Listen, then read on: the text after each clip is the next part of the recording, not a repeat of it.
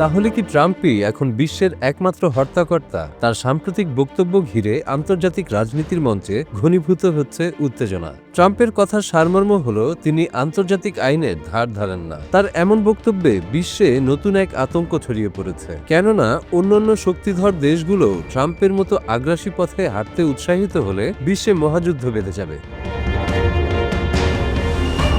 যুক্তরাষ্ট্রের president Donald ট্রাম্পের সাম্প্রতিক বক্তব্য ও সামরিক পদক্ষেপ বিশ্বজুড়ে নতুন করে উদ্বেগ ছড়িয়েছে।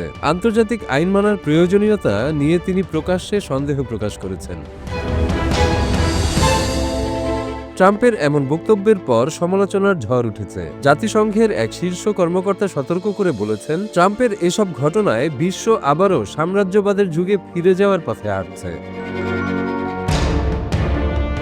নিউ ইয়র্ক টাইমসকে দেওয়া এক সাক্ষাৎকারে ট্রাম্প বলেন, তার আগ্রাসী নীতিকে নিয়ন্ত্রণ করার জন্য আন্তর্জাতিক আইনের প্রয়োজন নেই। তার নিজের নৈতিকতাই সেখানে যথেষ্ট। ভেনেজুয়েলার প্রেসিডেন্ট নিকোলাস মাদুরোকে অপহরণের পর তিনি এই মন্তব্য করেন।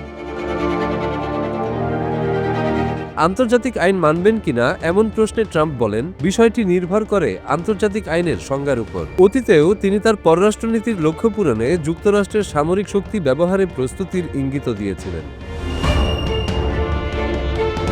গত শনিবার যুক্তরাষ্ট্র ভেনেজুয়েলায় হামলা চালায়। রাজধানী কারাকাস ও সামরিক ঘাঁটিগুলোতে বিস্ফোরণের খবর পাওয়া যায়। পরে মার্কিন সেনারা প্রেসিডেন্ট মাদুরোকে কারাকাস থেকে আটক করে নিয়ে যায় বলে জানানো হয়।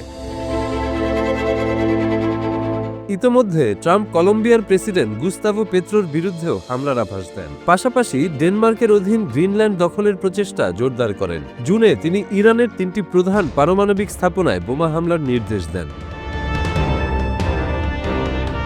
সমালোচকদের মতে এটি জাতিসংঘ সনদের স্পষ্ট লঙ্ঘন। ওই সনদে কোনো দেশের ভৌগোলিক অখণ্ডতা বা রাজনৈতিক স্বাধীনতার বিরুদ্ধে শক্তি প্রয়োগ নিষিদ্ধ করা হয়েছে। হামলার পর ট্রাম্প বলেন, যুক্তরাষ্ট্র ভেনেজুয়েলা পরিচালনা করবে এবং দেশটির বিপুল তেল সম্পদ নিয়ন্ত্রণ করবে। যদিও তার প্রশাসন দাবি করেছে তারা অন্তর্বর্তী প্রেসিডেন্ট ডেলসি রদ্রিগেজের সঙ্গে মিলেমিশে কাজ করবে।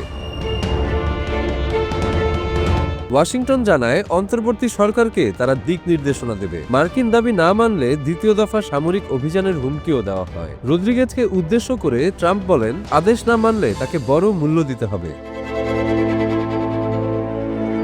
জাতিসংঘের বিশেষ প্রতিবেদক মার্গারেট স্যাটারথওয়েট আল জাজিরাকে বলেন, আন্তর্জাতিক আইনকে অবজ্ঞা করা অত্যন্ত বিপজ্জনক। এতে অন্য শক্তিধর দেশগুলোও আগ্রাসী পথে হাঁটতে উৎসাহিত হতে পারে। তখন বিশ্বে আরেক মহাযুদ্ধ বেঁধে যাবে।